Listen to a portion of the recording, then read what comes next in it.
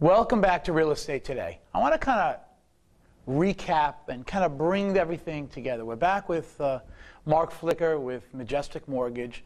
And before I ask Mark another question, you know, every show tends to have like a theme. And it just kind of hit me. I don't know, Mark, do you go to the movies? Of course. Okay.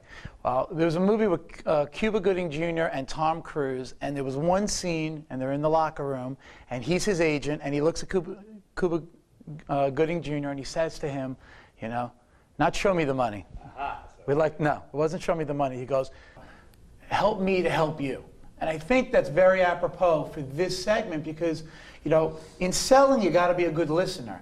And Mark, in kind of pulling it together, do you find that, you know, how can you help a customer? I mean, what can they give you so, you know, they can help you?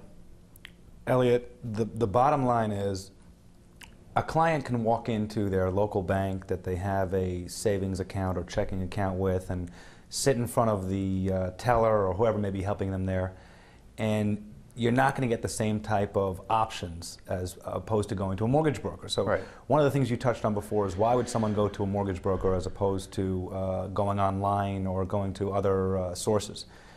Our responsibility as a mortgage broker is to assess a client's situation and find the right source, lending source, and there are so many sources out there.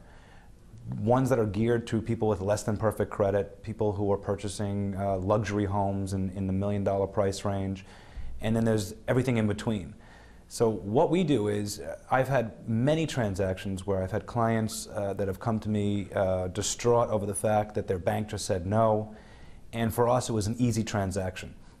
So to answer your question as far as how they can help me is come to me with an understanding of what they really are trying to accomplish.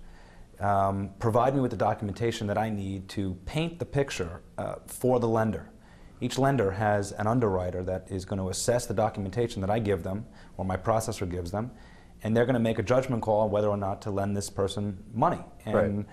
Our responsibility is to paint that picture for that lender or that lender's underwriter. If we gather the correct documentation, we ask the right questions, we should have no issues. Well, I think that, you know, really, I mean, not that we want to do this segment with sayings, but the truth is, you know, we're both salespeople, and part of selling is also being a good listener. You know, everyone always thinks that if you're the salesperson, you need to be talking all the time, but as, you know, as a loan consultant, I mean, you're selling mortgages, but the truth is you need to listen to what they're saying to you, and then as a professional, I know you've been doing this, what, 15 years? Yep. And if you listen to what they're trying to achieve and you listen to what their experience has been in the past, you can kind of, you know, help them to help you by helping them make the right decision. Yeah, as you know, Elliot, every seller wants to sell their house at the highest price, and every buyer wants to buy the house at the lowest possible price. Right, it's a dilemma. Everyone wants to walk away feeling like they got the best possible deal. Of course. The same thing with a mortgage. Everyone wants to be able to talk at the dinner table or at the club or wherever they may go and say, I got a great mortgage at a great rate with low closing costs and so forth. So it's our job to let them understand that, you know, everybody's goals are different. Right. So someone may have higher or lower closing costs or a higher or lower rate, but they may have gone through different stages of the loan. Some people show more documentation than others. Some people put more... Which they don't tell you, by the way. Which they don't tell you, of course. Right. Other people put more money down on the transaction than others, and all these things affect rate, all these things affect the type of program you're in, closing costs, and so forth. So at the end of the day, we hope that the client walks away with a feeling that they got the best deal for them, what they were trying to accomplish.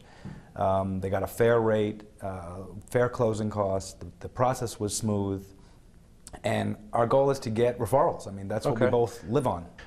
Mark, I want to really appreciate you coming to the show. I know you're very busy, you know, running your company, and I think a lot of the information with Michelle and having Gary here and yourself coming has really been very informative. So thanks for coming. Well, thanks for having me. Appreciate it. And thank you, everyone at home, for tuning in. I hope you learned a little bit about what's going on in the mortgage industry right now.